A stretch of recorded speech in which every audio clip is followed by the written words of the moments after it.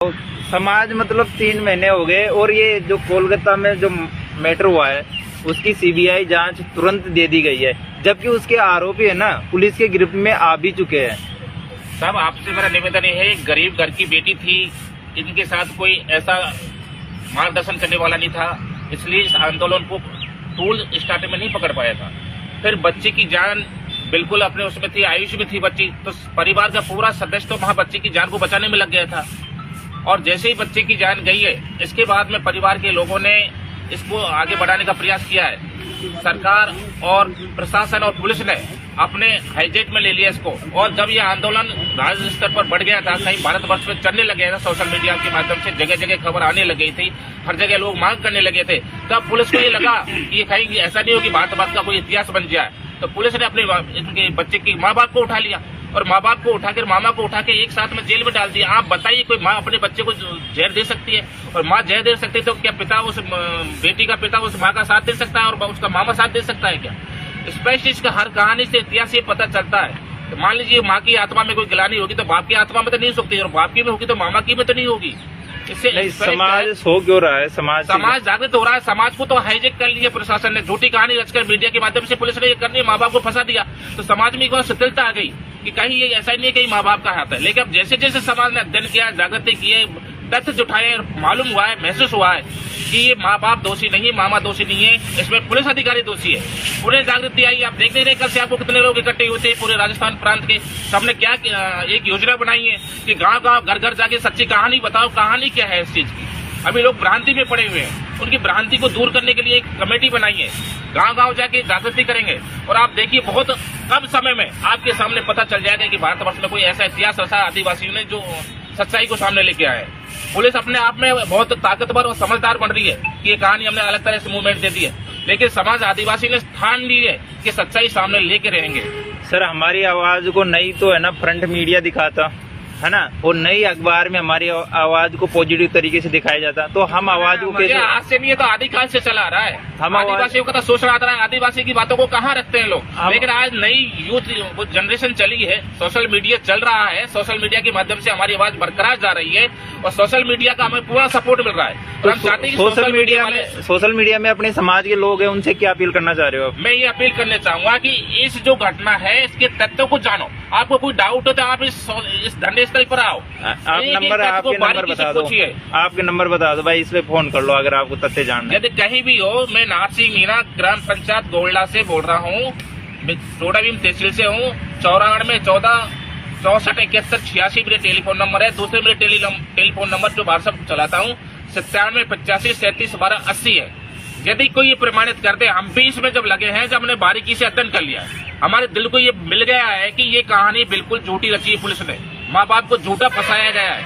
माँ बाप को इस प्रकार के तथ्य सामने लेके दिए हैं उन्होंने पुलिस ने कि आप तो 4-5 महीने में वापस आ जाएंगे, हमारी वर्दी को बचा लो, हमारे वो कर लो, ये तथ्य हमारे सामने आ रहे हैं। पुलिस कभी क्या कह देती है, कभी क्या कह देती है, एक ही फाइल पर 3 तरह के आरोप बता देती है कि जलने से खत्म हुई है, इसको जहर दिया गया है, इसमें माँ का कोई गलत बच्चे से संपर्क था। कहाँ आया? यदि माँ का कोई गलत बच्चे से संपर्क था तो उस बच्चे को पकड़ो न, बताओ न कौन है, उस बच्चे की क्या भूमिका है इसमें।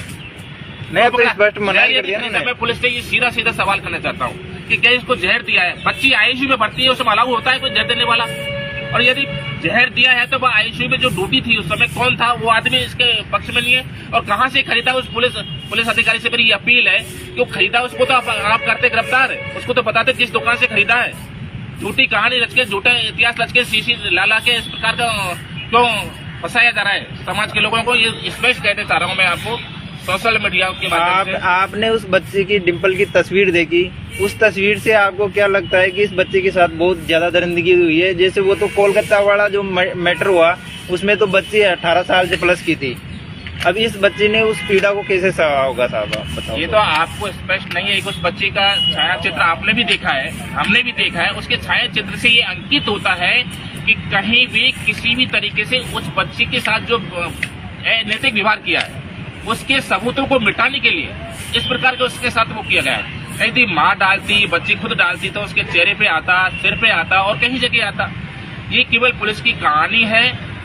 दोषियों को बचाने के लिए पुलिस ने बड़ी मोटी रकम लेकर कहीं किसी प्रकार का ऐसा कोई वो चाल चली है मैं तो पुलिस से ये पूछना चाहता हूँ कि माँ बाप दोषी है तो हमें सबूत दो, किस आधार पर दोषी बताया है आपने, बताइए आप मुझे।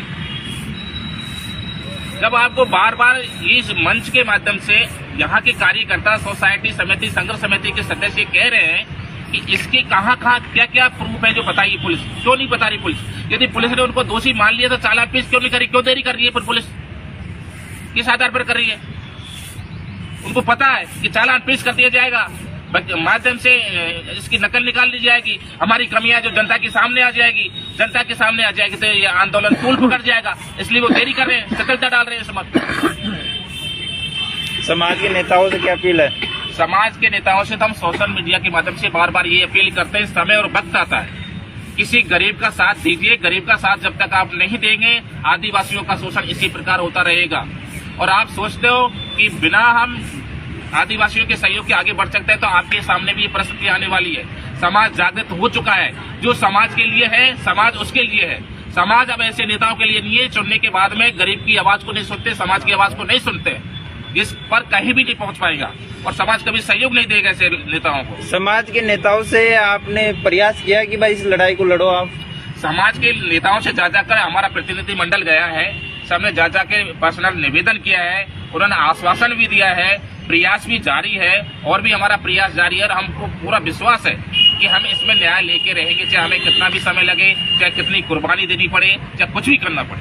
अगर समाज के नेता साथ नहीं दिए तो ये बिना नेताओं के आंदोलन बना सकते हैं बिना समाज? आप अच्छी तरह जानते हो कोई भी पेट से बनकर नेता नहीं आता, परिस्थिति और समय बनाती है। परिस्थिति और समय इन्हीं आदिवासियों में से और कोई नया प्रतिनिधि खड़ा कर देगी, नया प्रतिनिधि ऐसा बन जाएगा। आपने देखा है नए नए जो आंदोलन हो रहे हैं, क्या कोई भी ऐसा आदमी जो पुराने प्रतिनिधि पकड़ा है, समय और परिस्थिति पकड़ाती है। आज भी जुनून लोगों में है, आज भी लोगों के अंदर भगवान की आत्मा में बसा हुआ है, इस पर विश्वास करते हैं कि सत्य के लिए लड़ना चाहिए। आप देख रहे हो लोग कितने रात को जो अपने 80-80 साल के हो गए वो आपके सामने अब बैठे हुए थे। यदि इतना जुनून नहीं होता, इतनी उनकी आत्मिक लगाव नहीं होता, परमात्मा से इतने नहीं डरते तो वो क्यों आते यहाँ पर। ठीक है सर, धन्यवाद। तो साथियों ये पीड़ा थी जो आपने देखी और अभी वर्तमान में शहीदी स्मारक पे है। ये सरपंच साहब थे जो अभी आपको सारा विवरण बता रहे थे। अब मेरे तो सोशल मीडिया के उन लेखकों और कवियों से निवेदन है कि आप दुनिया भर की अनाप शनाप पोस्टर, रील वगैरह जो डाल रहे हो तो डिम्पल का मुद्दा उठाने में आपको परेशानी क्या आ रही है? भाई डिम्पल आपके समाज का हिस्सा है, आपके समाज की बेटी है, गरीब परिवार से आती है। 3-4 महीने से परिवार लगातार धरने पे बना हुआ है। ये शहीदी स्मारक है, आपके सामने देख लो, यहाँ पे परिवार बना हुआ है। फिर भी आप जानबूझ के, आपको पता है कि जो भारत का मीडिया 159वां स्थान रखता है और वो कभी भी ST-SC के मुद्दे को हाईलाइट करता ही नहीं है। अभी मैं कल गया था यहाँ पे, टोडा भीम से आ रहा था।